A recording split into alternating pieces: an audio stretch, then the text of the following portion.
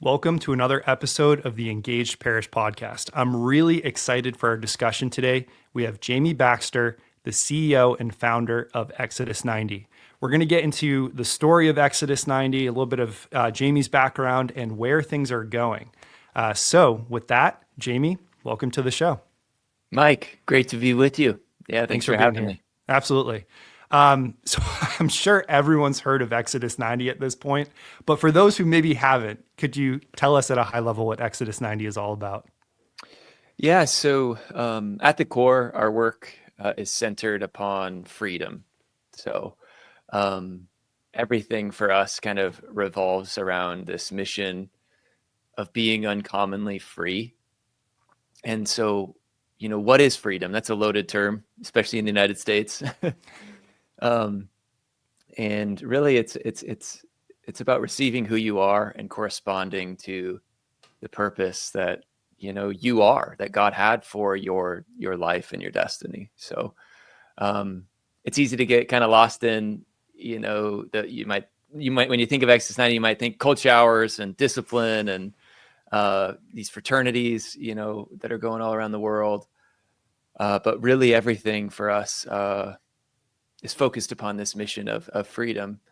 And the idea beyond that is really, as you enter more fully into freedom, you become who you really are, and it's a journey into greater uniqueness and less conformity. And ultimately, this is the challenge of facing every Christian, but is the kind of defection that we can all find ourselves making with the world and looking more and more like everyone else and saying the buzzwords that everybody says. And the tragedy of this is that sin is just so predictable and so conformist. But when we really enter into the sacramental life of the church, and we enter into what's happened to us in Christ, it's a journey into liberality, and that is so unpredictable. And that's really, for me, what is so exciting about the Exodus journey is how you talk to any one of our guys, they'll say completely different things about what happens to them. And that's what makes it so interesting, to me, 10 years later. So everything revolves around freedom. We offer basically formation experiences year round that are grafted onto the liturgical calendar in some way. So at times of the year, we're going through fasts and penitential moments. At other times, we're entering into celebrations. So obviously, we're I guess midway now through Lent, but Easter's approaching, and so at least as a team, we're very focused on how do we live out the joy of the resurrection for the full 50 days of the season offered to us by the church. And I think most of us would admit to that's really hard. It's like easier to fast. It's like harder to celebrate longer. So we're really, that's what we're after, though, is really kind of offering these experiences that help us to enter more deeply into the liturgical calendar and allowing that to transform the way we live and, to become uniquely who we've been created to be. Yeah, and I'm particularly excited for our conversation today. I've been using Exodus 90 for 4 or 5 years now with 2 different fraternities now. So I've been on the app for that amount of time. Also been doing Exodus 90 each Lent and obviously before as well. But I do want to call out those groups. My original fraternity was the Brendan brothers at St. Brendan's in Bellingham, Massachusetts. And that was, Jay, Tim, who else was in that group? I think Mike, Bob. It was a great group of guys. They're still going as well. I've joined a new fraternity that I've been doing the last couple of years, and you're not going to believe the names, but we have Matthew, John, and Luke. We're just missing Mark. I don't know. I guess my name's Mike, so it's close enough to Mark. Close. But very close. But it's been amazing. I know personally for myself, I've got a lot out of Exodus 90. I think for me, it really introduced me to let me know that I could actually do fasting. That's something I just always sort of struggled with before I took on Exodus 90. And so that's been a huge fruit just in my own prayer life, my own personal life. So thank you again so much for creating this app. No, love the fraternity shout outs. Yeah. Yes. I had to do it. And that's the beautiful thing. It's like when you think about Exodus, it's, you think about your local experience. That's what makes it, what it is really. And so yeah, so grateful for to hear that it's been a blessing. It has been. And you mentioned 10 years now. I can't believe you guys have already been around for a decade. That's amazing. Could you maybe walk us back to the origin story of Exodus 90? Yeah. So I spent many years in seminary formation, and I guess to take it all the way back, my father had a conversion when I was a boy. And so I remember life before and after Christ. And as my father entered deeply into the faith, it just really shaped my own imagination on, what it means to be a man, as modeled through my own father. And a huge part of it was just how seriously he took his prayer life. So every morning I'd wake up and I'd see my dad just chewing on the scriptures. I mean, so obviously in touch with something invisible. And just seared into me. And so as I grew older and kind of woke up to like, okay, wow, all this stuff is real. His foundation is, just, impossible to articulate fully on, how I think and how I've grown and the decisions that I've made. So I would go on to seminary for many years. And yeah, it was such a gift, in my journey. And I guess if I could sum it up, it'd be something like I'd been praying for many years, very seriously, by God's grace, and that's a gift. But really, when I went to seminary, I started to see that the claim of the gospel touches every aspect of human life and your person, who you are. And what I mean by that is that human life is complicated. I mean, there's dimensions to us, body, mind, and soul. And, when I encountered the what they used to call pillars of formation, they now call dimensions of formation, being the human, spiritual, intellectual, and apostolic. I was just so captivated by that fundamental mission of formation.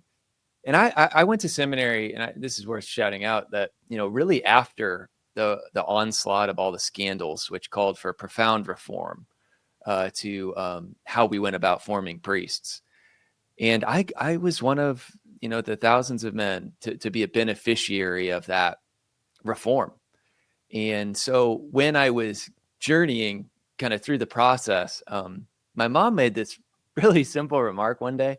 My mom's a hairdresser. So fun fact about me is no one has ever cut my hair apart from my mom. Wow. And so I made a sacred vow to her that until she goes to God, she's the only one to take the shears to my head. She does a good job. Oh, yeah, thanks. Yeah, I did get a haircut pretty recently, actually. So, but yeah, she just mentioned to me one day when I was in the chair, she's like, hey, the stuff you're experiencing is really amazing. I just feel like every Catholic man needs formation. And I was like, huh, okay, that's interesting. I kept my journey on, and eventually I would discern out. And while I was there, as a part of a fraternity of guys who were just really passionate about men's work. And we had started many different projects for men over the years. But one of them was like the earliest days of these Exodus fraternities. And so, really without those guys and the priests that were involved, never would have, probably become what it has. But I kind of just assembled all of these experiences together, basically to, and all of that would kind of be brought to bear on what became, Exodus 90. So, without my dad or without my mom, without those guys, none of this would have happened. But it's just been fundamentally, I guess it's creating this place of formation for men, like you, to connect into, and hopefully, really come to see how, the claim of the gospel, really should transform everything about us, our body, our mind, our soul, and then, come to, equip us to respond generously to wherever, the love of God leads us. And so, that's what it's about. And it's changed a lot over the years. I like to say that Exodus 90 is about 90% different, but, it's really kind of been my approach all along is, hey, let's try things, take risks, get stuff wrong, improve, do better. And we've been at that now for a decade, which is so humbling, and it's such a gift to still be able to work on it so many years later. Yeah, that was going to be my next question is how do you keep it fresh? I mean, obviously you mentioned it's tied to liturgical seasons and it's nice to have this rhythm from year to year. But especially us modern humans, our attention spans, we need this new stimulation, if you will, which isn't great. But how do you keep the content fresh to keep men coming back year after year? Yeah, so many years ago, we committed to just actually creating new material every day of the year. So no Exodus is the same anymore. That wasn't true in the beginning. We were kind of basically running pretty much the same or similar programs year after year. But a couple of years ago, and part of it was like I was in it. I was like, hey, I can't read this again. It's like give me something new. So it's partly just a commitment to trying new things out.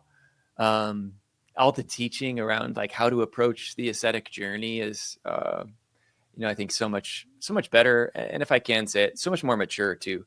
Like it took years to just kind of like try it out and journey through it, like we can do this better and this better.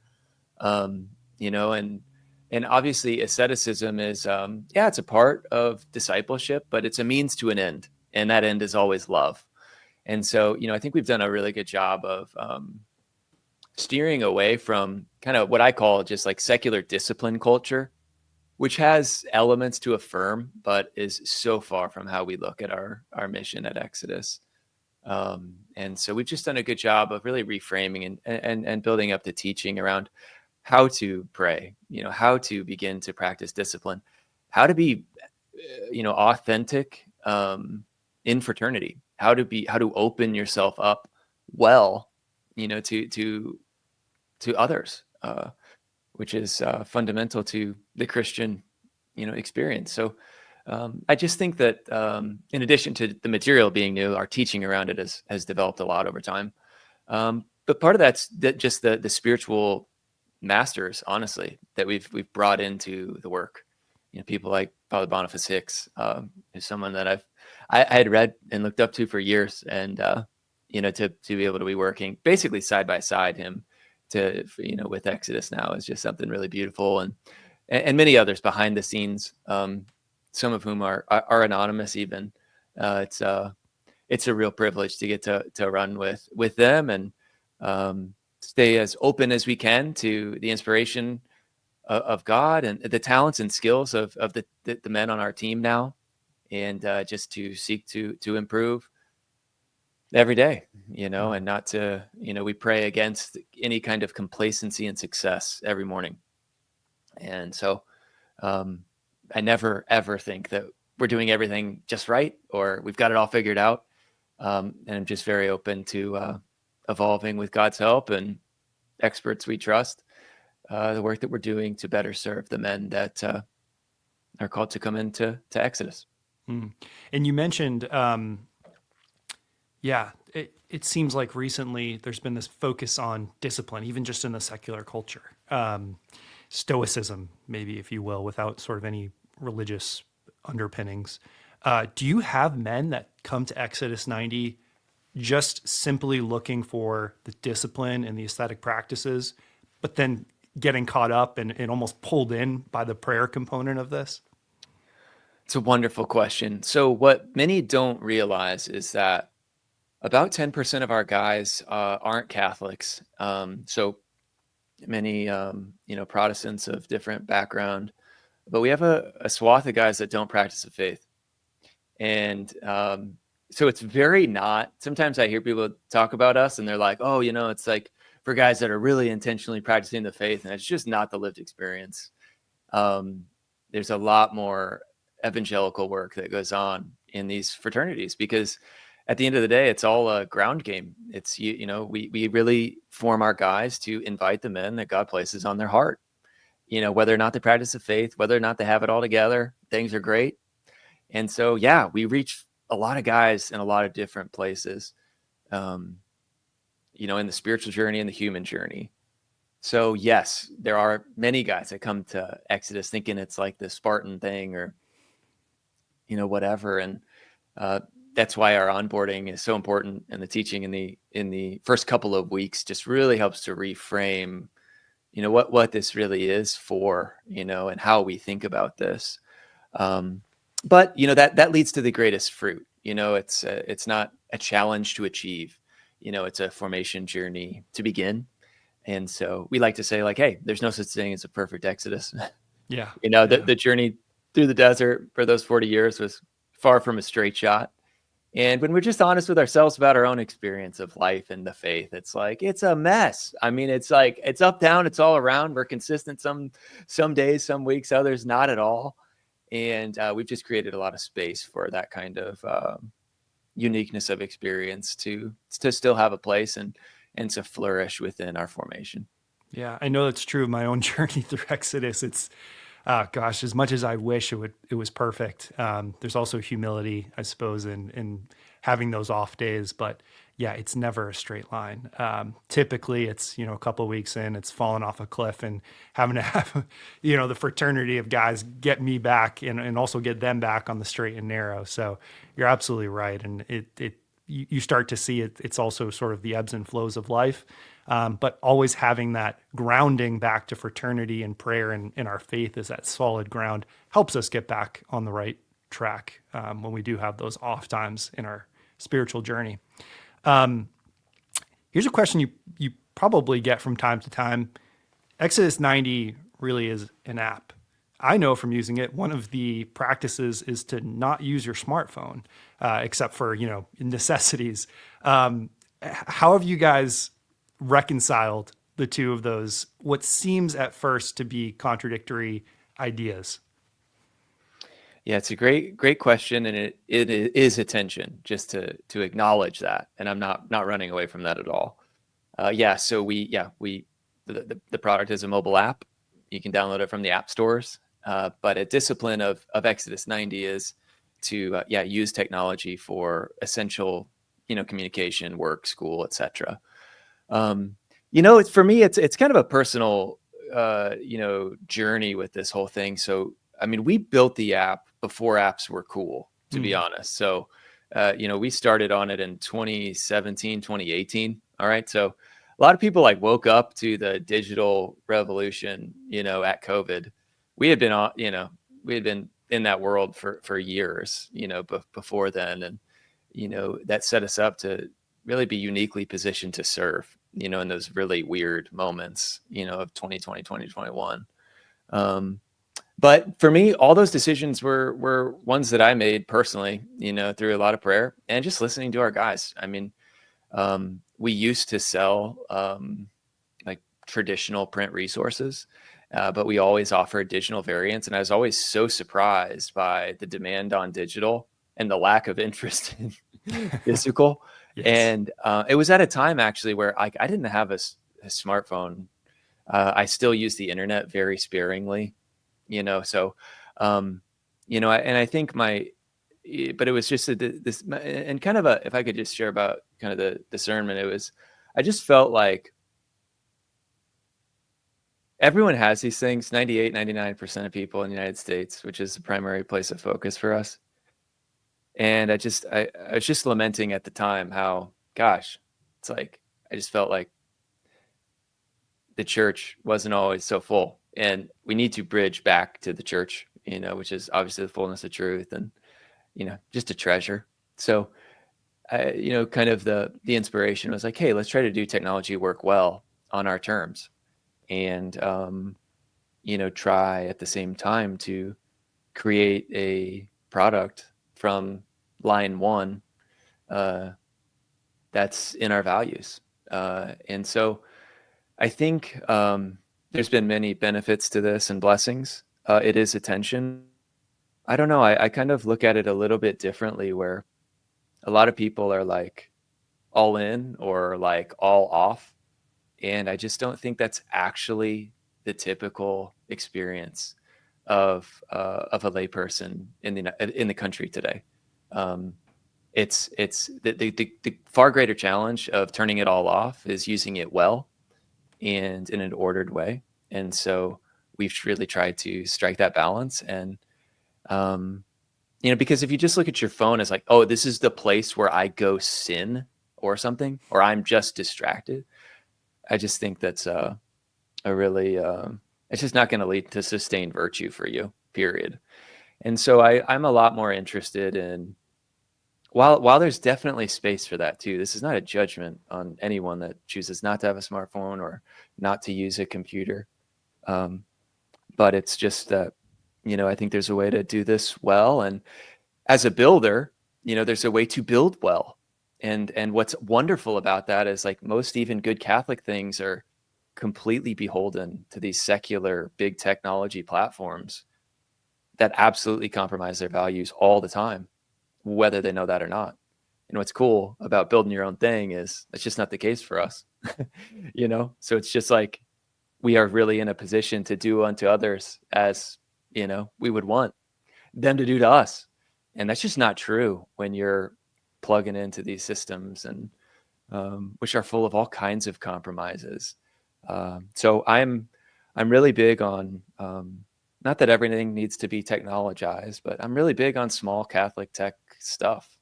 And I'm an open book too on the lessons we've learned on how to do that well, how to do that sustainably, affordably, options that exist before you that make it more than it can seem. But it is a challenge, and it definitely changes how you go about your work. So, there's that. At the same time, the other thing I like to say is, like, hey, you don't want to use the app? No problem. Like, you can log on to the website, print stuff off. You can disenframe it if you want to. But so if you, on a percentage basis, men do that, it's not really a huge consideration on my side. Yeah, that's a great answer. And, it's sort of where I admire folks that can just go back to the flip phone and totally get off of the smartphone. Sometimes I even get those cravings myself. But, if we can master ourselves, which is really what Exodus 90 is all about, for the glory of God, of course, and to further our relationship with him. But if we can master ourselves and use these things in right order, there's good in that, because there is good in that you can get from a smartphone. It's not, an essentially evil device. So I think everyone's got to make their own decisions absolutely. on, how far they'll go and, what they'll do and won't do. So, as a couple examples from my own life, I don't have social media. I haven't, basically, since I started on the work. It just felt like frenetically unfree. And I was just like, I can't do this in integrity. So I've, been off that. I have a LinkedIn, but I forget about it all the time. All the time. And that's about it, honestly. And so on my own phone, it's like, I have a couple apps, but I organize it in such a way that I'm not distracted there. Now, there are also games I'm not willing to play on my phone. So I'm a huge Indianapolis Colts fan. This is one of my great hobbies. It is also a place that, I can become an idol for me. I cannot be watching Colts stuff, on my phone. I can't play, ESPN, whatever.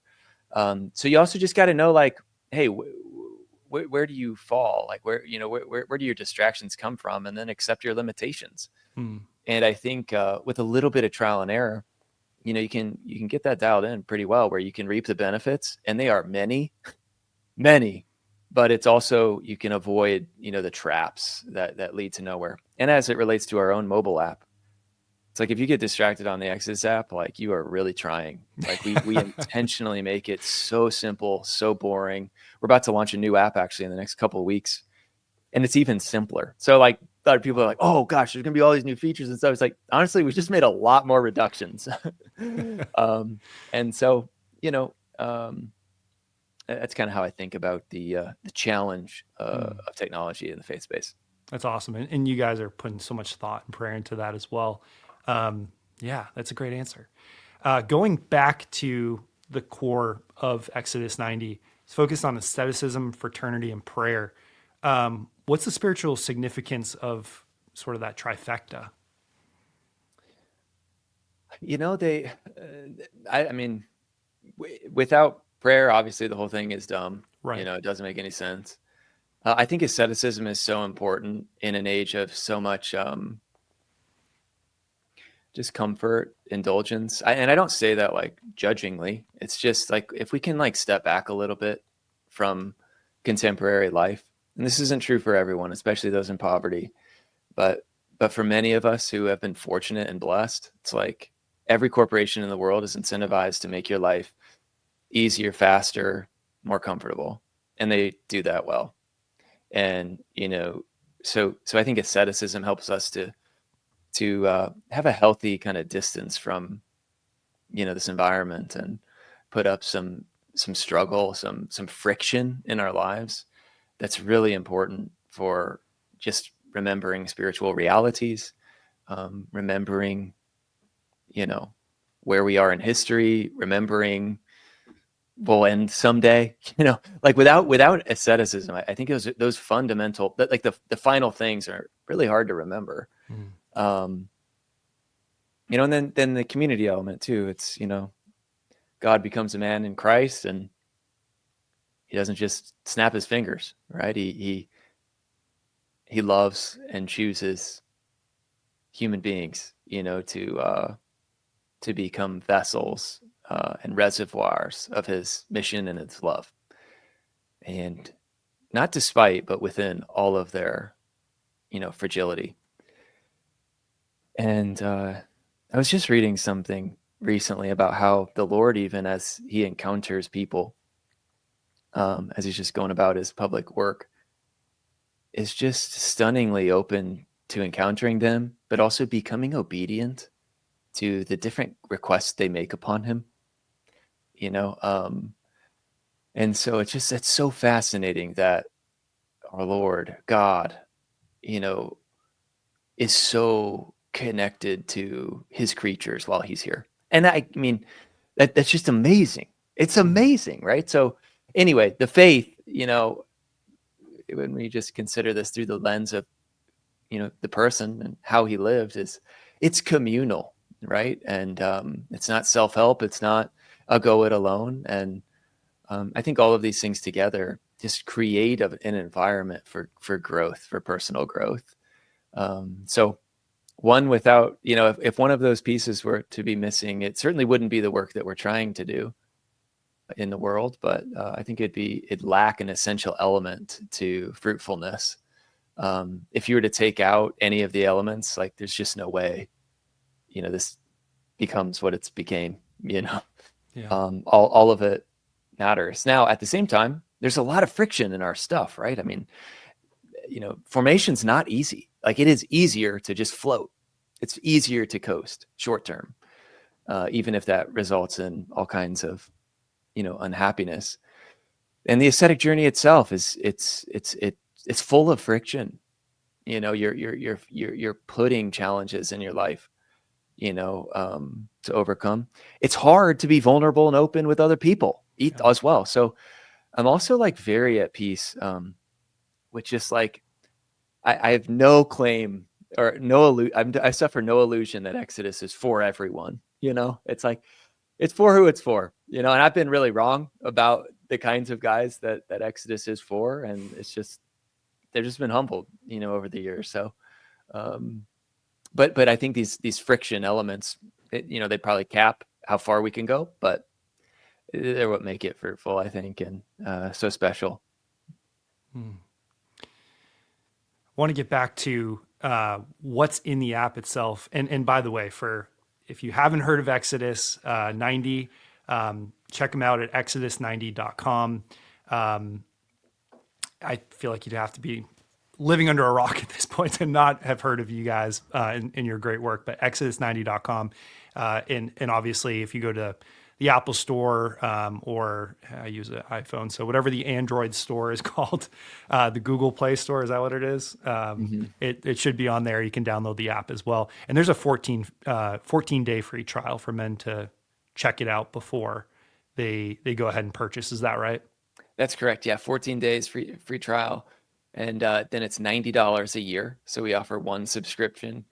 But we have something that we call an apostolate promise. So anyone in need, from a financial standpoint, we support. So just let us know if that's your case. We'll be happy to sponsor you. So But yeah, really the app is super simple, and we just try to frame the elements we've talked about here. But um, I think it's starts really simple with a daily reflection that brings in a moment of silence and a recognition that you're a part of a much larger fraternity. So that's what's cool about Exodus is you have men praying for each other, not just locally, which is really special, but globally as well now, which is so powerful. We always enter into a part of the scripture depending on where we are at in the year. So, right now we're actually going through Jonah. We'll transition to Isaiah before we culminate in the Gospels as we get closer to, into Holy Week, into Easter. During Easter this year, we're reading from the book of Deuteronomy. So just as in Deuteronomy, Moses kind of offers represents the commandments, offers the teaching for how to live in the promised land, which anticipated, Pentecost. We're doing the same thing, just kind of as we enter into the promised land of the Easter season. How do we live well? How do we continue to make progress that we've gained? I mean, so many people, as you reflect, like Lent's fun, it's great, it's meaningful, and then you go into what should be the height of the year, and it's like really depressing. It's like, what was that for? And so really for almost 5 years now, we've just been obsessed with, what is Easter for? Like, how do we do this really well? So that both serves as a bridge for guys after the intensity of Exodus 90 or a Lent challenge. But it's also, we have a lot of guys actually that join up for Easter. And they're like, gosh, this stuff is so fun. And because it's all about kind of building local community, festivity, leisure. So Joseph Pieper is going to be our book study, through the Easter season this year to support the other work. So anyway, that's kind of the essential kind of daily scripture. It's and reflection. It's typically 5 to 15 minutes, just depends on the day. Then there's a kind of what we call a disciplines experience, which is basically, when you join up, you commit to, a challenging way of life. So this is the feature set that we're working on the most and I'm most excited about for the future. So there will absolutely be within the, I don't know, I don't want to give a timeline in the future, but just being able to personalize your plan to life. I just as a personal story, I love our challenges, and all this stuff is like come from my own experience too, and like my own needs. But, I was just like in a real rut a couple of years ago. And I was just like, man, I showed up to a mentor of mine and he's like, well, show me what your plan of life is. And I'm like, I don't have a plan of life right now. And he's like, well, that's dumb, and it's like, well, let's start. And, he did a couple of things in my schedule. Like, I needed to pray more and I was praying, and then I had to work less and I was working, and all these things. And it began this multi-year journey into building and constantly updating a plan of life, which I keep on my computer, in my car, and at home as well. And, what is a plan of life? It just seeks to bring some stability and kind of order to the day. Not in a way that like takes you from the present, because obviously our Lord has different plans for our days sometimes, especially in the world. So this is a place we're really going, is basically creating, building out our kind of disciplines and plan of life experience where you can take on our challenges, absolutely, but also kind of adapt the platform to your needs, where you are, the virtues and you're focused on, the vices you're focused on, and supporting you how we can there. So that's kind of the second key feature. And the last one is just community. So we have a really simple chat feature, which will be very much improved in our next app. But yeah, just in a privacy centered way. We don't monetize user data in any way at all. There's some ways to say that where it's not really true, and it's actually not true for us. And we've just made just a conscious efforts that, hey, these fraternities are about real life. I mean, guys are in high highs and in low lows and in suffering and trauma and death, and all kinds of things happen in these groups. And we just want the application to be a place out of your normal feeds, many of which are compromised, to just like have a sacred space for you, in your group. So that's kind of how we think about it.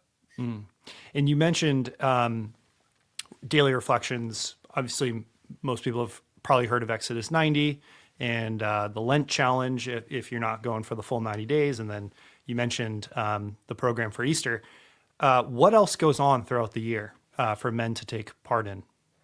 Yeah, so every day of the year we offer personal formation for men. That's trying to bring together these dimensions of our lives and helping us to conform to Christ. So it depends on the time of the year. So this summer we're running a whole thing on Christian kings, and and we're reading First Samuel. The kings are of ages past are just these wonderful examples for laymen for how to be in the world, doing and accomplishing much and still being grafted onto the vine. So, so it just depends. I mean, we got something running every day to support, your personal formation. So, it's obviously Advent, and we have a challenge in the fall called St. Michael's Lent that enters into an old Franciscan tradition, which was largely forgotten before we kind of dusted it off a little bit. And that's become a huge thing, around here, which has been really exciting. So basically we always got something, and, again, just trying to support your daily personal formation growth. Yeah, and for men that are listening that want to dive in, depending on when you're listening, the Easter 50 Challenge starts April 20th, and Kings of Summer starts June 9th for this year, which we're in 2025. Maybe we're past 2025, depending on when you're listening to this, but if you're listening to it when it releases, April 20th for the Easter 50 Challenge, and Kings of Summer is June 9th. You also have a new podcast, Desert Fathers in a Year. Can you tell us a little bit about that? And also, I watched a few episodes. I'd never heard of Bishop Erik Varden before, but he seems pretty amazing. When I saw Cistercian, I was like, okay, probably aesthetic practices going on with him. He's from Norway. Tell us a little bit about Bishop Varden and in this new podcast you have going on. And by the way, this is completely free, right? Like you guys put these episodes on YouTube. Yep. Yeah. So no, that whole project has been such a gift. Bishop Varden is a wonderful man. Published many very powerful books. He was his conversion story was powerful, but he became a Cistercian monk after his studies at Cambridge in England. He'd become the abbot of his monastery before 2019, when Pope Francis asked him to become the bishop of Trondheim in Norway. And he, I don't know the full history here, but he is a Norwegian, and it's the first time in like a long time that a Norwegian is the bishop of the local church there. And he's someone that is becoming more well known, and I think that that's. But I would say, like, there are a lot of people who know him, been reading him and his blog for years. He has a profundity to him that's so powerful. His gift. He's so profoundly gifted. But part of it is just his context in Norway. I mean, secularism has run its course there, right? So a lot of the kind of the struggles and the battles, that we see in Europe and a semblance of here in the United States, they're like 20, 30 years ahead in Norway. And so what's so interesting about that is, he was telling me recently that he can just share basic stories from the Gospels, and people are like, wow, I've never heard that before. And like, that's crazy to us, right? Because these are just embedded in our experience. And I'd say part of the challenge of evangelization here is dusting off the baggage, wherever it's coming from, to these stories, and just how powerful Christ is, how beautiful his church is, properly understood, as his mystical body, made up of, fragile members like you and me. But, he's just in a different context. And so he has this way of presenting the faith, which is just so beautiful, so profound, so simple. And I would say almost like unthreateningly, where he's just presenting these truths in simplicity and humility. And it is so beautiful, and it resonates so much. So, he's a great gift to the church. And, we had looked up to him for many years, and, he knew what we were up to. He runs into Exodus fraternities all the time. And so with us began kind of this discernment of, a project to do together. I'm amazed that he makes as much time for it as he has. And, it started as a small thing, and then EWTN got involved and Hallow got involved, and we're like, all right, let's just give this a run. And, it's just been beautiful to watch it unfold, and deeply grateful to him. And I've learned so much. What's so beautiful about it is I receive his manuscripts in advance, and I just really try to internalize them. And of course, the subject is the Desert Fathers, and the Desert Fathers and Mothers of the early church, 3rd, 4th, and 5th centuries are, they're so close to Christ. I mean, they're as close to Christ as we are to the 1800s, which doesn't feel very far off to us. And, in the wisdom of the desert, there are such practical and illuminating truths that they discovered about the human condition. And so, you open them up and it's so simple. There's not nearly as many references to Jesus as you would think, but it's just these men and women who were called by God to seek perfection in the desert. And it's so interesting too, from a historical perspective, because this was the time that the faith, after hundreds of years of persecution and martyrdom, was becoming legal. After the influence of Constantine and his conversion. And so it's just so interesting historically that as the faith begins to have a kind of place in the world, I mean, thousands of men and women sought a kind of voluntary martyrdom and pursuit of perfection in the desert. So it's been such a gift to receive Bishop's teachings, to try to apply them to our lives and share them, with the world. The desert is a treasure trove, has so much to offer our time. I think, the Desert Fathers are a remedy for Stoicism, which elements of truth, but I think leads you on a path to profound self-destruction and profound self-reliance, which is the inversion of growing and maturing in Christianity, which is to ultimately realize, your dependence on the Father, for everything, right? So elements that seem similar, but like at the essential are inverted from one another. So yeah, we're really hopeful, and we'll continue this, throughout 2025. It's a weekly podcast. Bishop's teachings come live on Tuesdays. There's a roundtable discussion that I'm a part of with a couple guys on our team that's kind of seeking to apply those teachings to our lives as we can, as hopefully a bit of a model for what we hope the series to be, which is not just just an intellectual pursuit or just a spiritual pursuit, but really something that transforms our minds, hearts, and the way we live. And it's been beautiful to see how it's taken. We've never done a podcast before, and somehow it's all come together. Desert Fathers, if you just search that, Desert Fathers Exodus 90, I'm sure it'll come up on YouTube or Google. And then also desertfathers.com, I believe, is a direct URL if you want to go check out the website. I should have asked this at the beginning. I do want to touch on what parishes can do to get involved with Exodus 90 and some of the fruit that parishes have seen. But before I do, I should have asked this at the beginning. Why the focus on men? And have you guys ever thought of a women's app? I know you've been asked this before, but curious if anything's evolved.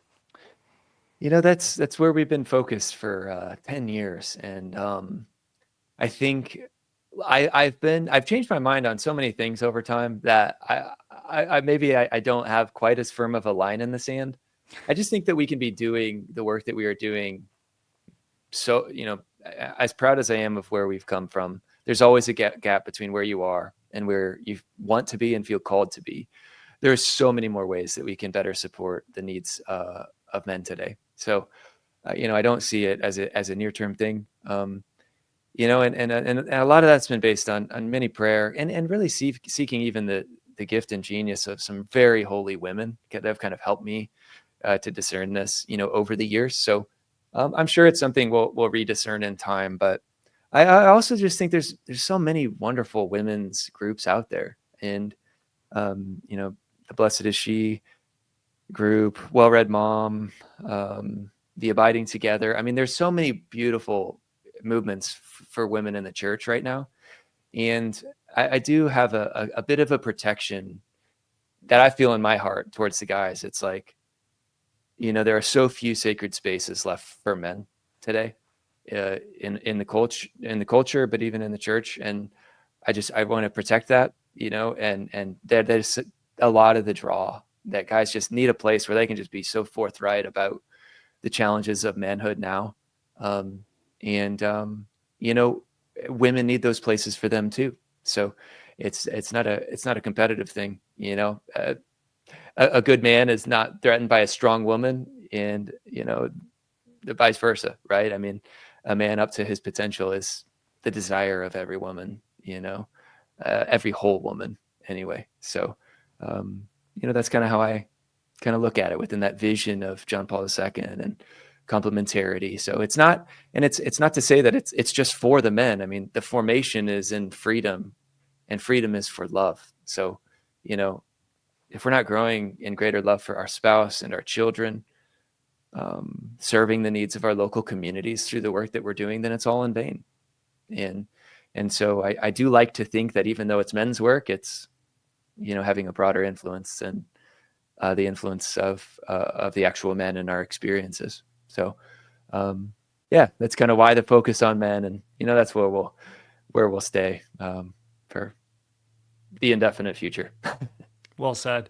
And you hinted at this, but yeah, there also just seems to be this natural tendency for women to, well, you mentioned there's a lot of great programs out there for women, but women tend to naturally do some of this anyways when it comes to the community aspect. Men not so naturally. And so the what you guys have sort of set up on the fraternity aspect for men, I know for me has been quite powerful, but you're right, that did seem like it was lacking for quite a while. So totally makes sense. And thank you for that honest answer. I do want to touch on, we have many, many parishes, of course, listen to this podcast, being the Engaged Parish Podcast. Are there any ways for parishes to get involved, promote fraternities at that level? And also, do you have some stories of fruit that parishes have seen from men taking on Exodus 90? Yeah. So it's a great question. And I'd say our journey into parish life has been somewhat uncommon. And so maybe I'll just share a little bit about that. And this is something that's evolving over time, and certainly right now. But yeah, you know, when I started on everything about 10 years ago, at the time it was, there's a bishop friend and mentor and spiritual father to me who really encouraged me to kind of venture out and at the time, 10 years ago, everything flowed top down, you know, diocese, parish, priest, people. And he just had this instinct, like, you know, there's a different way to do this. And I loved it so much because, you know, I don't want to identify myself as an entrepreneur. I mean, there's a lot more to me than that, but I like the chaos of like, all right, figure it out from zero, you know? And so that resonated with me a lot. And the other thing about it that I love too was, you know, when things are top down, it's hard to know how well it's really corresponding to reality, which is to say how fruitful it really is, or is it just kind of held up kind of by these structures that exist. What's cool about going straight to people is if your thing's not helpful, they will tell you, and they won't you know, and they won't share it. And at the end of the day, the reason why, you know, in part why Exodus has grown to be what it is, you know, by and large, our stuff fulfills the promise that we make. And that promise is, hey, in formation, you'll become who you are. And when that happens, you can't help but tell your friends. So like, that's why we grow. You know, it's not that we started big. I literally started from nothing. It's that it's been fruitful. And when that happens, you know, you share it. And we have been growing that way ever since. Now, about half of our groups today are in parish settings, but it's not because I go and talk to these pastors or staff at the parishes at all. It's because guys in their parish have some experience and they just want to share that with other guys in their local church. And so it's been really cool though, because that's brought us into thousands of parishes in the United States. And so finally, okay, this is one of the things I changed my mind on, and there are many. It's like, okay, fine, we can start to support the parish better than we have up to this point. So there's a lot of technology work that we're going to do around this over the coming years, because right now it's really built for persons who, you know, again, share it with their local groups, guys in their area. But we have like, honestly, probably 5 parishes and a bit of a parish pilot with us. And we've learned a lot. And those are parishes where they've got, 50 to 100 guys plus in Exodus fraternities. So I just kind of wanted to wait until I saw that happening before I was like, okay, we can more intentionally support the parish. But so, if that's something that any of your listeners would be interested in, I'm sure we'll build out that program, over the coming years. And, at the same time, the other thing we've done is we play the ground game well. So it's like, we just make it so easy to share our stuff. You can get flyers and stickers and banners and stuff and just make a mess. And without a lot of coordination, really from us either. So, I think, in terms of, the fruit in the parish, I mean, I think one of the things that's, I love hearing from priests is how connected they feel to the men, in their community, because, all of us want our priests to be spiritual fathers to us. Like, we don't want them to be just administrators, as much as important as administrative work can be. And, an affirmation I keep stumbling into is just how grateful, the priests are for a lot of these kind of barriers and kind of these appendages that have built up, kind of that keep them from being known and knowing they're men, just get torn down in the Exodus experience. So obviously, we have so much to receive from, receiving and learning from, the priesthood of the priests, how they live. And the same is true though for the priests, who have so much to receive from the ups and the downs of fatherhood, in marriage and family, right? So this is the beauty of the reciprocity of vocations, and I think Exodus is a really wonderful one of many good examples of that going on in the church right now. Yeah, and what you just described was my experience. I think it was about 5 years ago. I forget exactly if it was 4 or 5. Anyways, a man took it upon himself in the parish to spread the word. He'd heard about Exodus and put something in the bulletin with the priest's permission, was in the back of the church promoting it. And many guys joined. And like I said, that group, maybe 2 groups now are still going strong today in that parish. But guys from that have, through life circumstances, split off and created new groups in different areas. But it really was not top down. It was a man taking it upon himself to build up this community and spread Exodus within the parish. And it happened very naturally. And yeah, some of the fruit in that parish particularly, I mean, the men are much more devout in a way that they just understand their faith in the sacraments more. I can think of one of the men in that original group that's now a lector at that parish, and they've taken on different responsibilities for the good of the parish. So you mentioned this is all about love and becoming more charitable for others. And I've seen that fruit now half a decade later from that original one guy who stood up and said, let's do Exodus here. I think what you mentioned is not uncommon, but great to hear as well. You guys are thinking about ways to work with parishes, because I think there are probably a number of parishes that want their men to get going and might not have that man to step forward to sort of take that leadership role. So sounds like more to come. Yeah, it sounds like we need to work on a partnership. Yeah, exactly. We would absolutely love that at eCatholic. And, for folks, we have been a little bit behind the scenes trading some emails, Jamie, Adam, and our group here at eCatholic to figure out if there's a way forward there. I think that could be very fruitful. So hopefully more to come on that front as well. Yeah. Well, Jamie, thank you so much for your time today. Before we wrap up, I just want to mention again, exodus90.com. You can search Exodus 90 in any app store and find the app.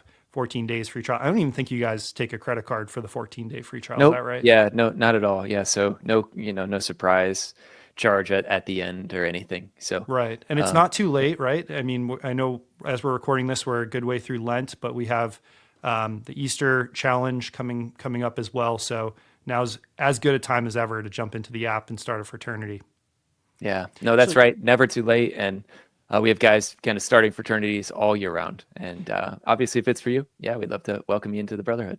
Yeah, and that's one other thing I didn't touch upon, but I'll ask it now. It just came to my mind.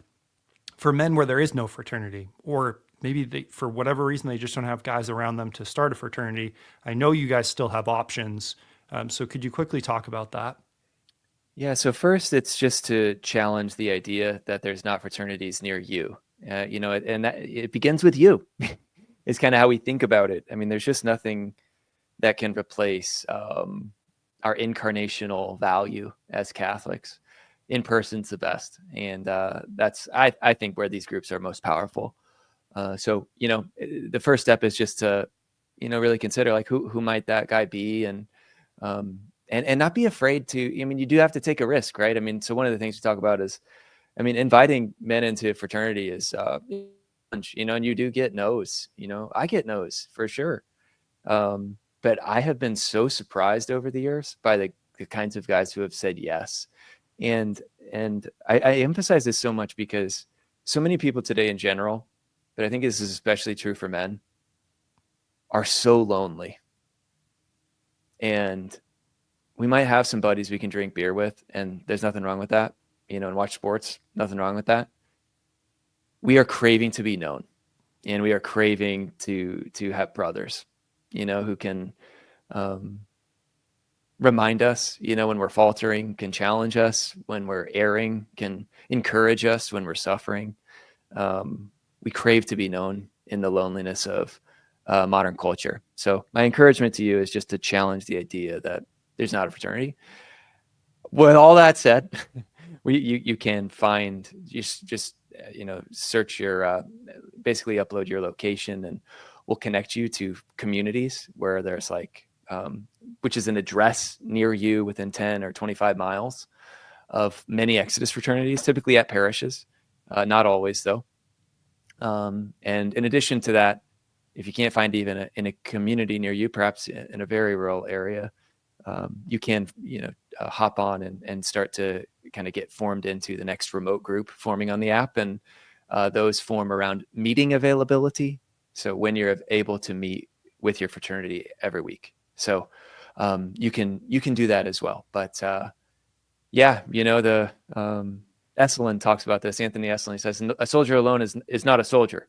And that is true, and it's the faith is not self-help, and the faith is, even in the desert, to take it back to the Desert Fathers. Yeah, there were individuals who were called out, but within a few years, St. Anthony the Great, comes to mind. But within a few years, I mean, people flocked to him, in the desert of all places was called a city by the time he died. And these were the earliest forms of Christian community. These are the foundations of, what would become the monastic orders in Catholicism. This is the structure in part to which St. Benedict provides a little bit of stability in his rule. I mean, it was this movement of lay people seeking conformity to Christ, in the desert. And even from there, the desert wasteland, we find Christians living together in community. So that's true for them. It's true for us, in the world today. Absolutely. Fraternity, community, very important. Obviously, as we talked about earlier, cornerstone to Exodus 90. And you guys have taken away all the excuses that could come up in terms of not being able to find a group. So go to the app for that as well. Exodus90.com, search Exodus 90 in any app store. And then also, we talked about it earlier, desertfathers.com, the new podcast. You don't have to be on the app or subscribe to anything to access that. Definitely go check that out. Before we wrap up, Jamie, any final words that you want to share with our listeners? Hey, just thank you. Yeah, so much for the opportunity here, Mike. It's been a blessing. I really appreciate your humble questions. I love sharing about what we do, but even cooler than that is just to hear how it's blessed you, in your own journey. So that's why we do what we do. That's what keeps me going. And you're always whenever I meet men like you, it's a symbol like, hey, there's other guys out there now that I need to take a step towards serving. So anyway, thank you for sharing your story with me, which is a gift. You're very welcome. Thank you for being here today. God bless. Thanks.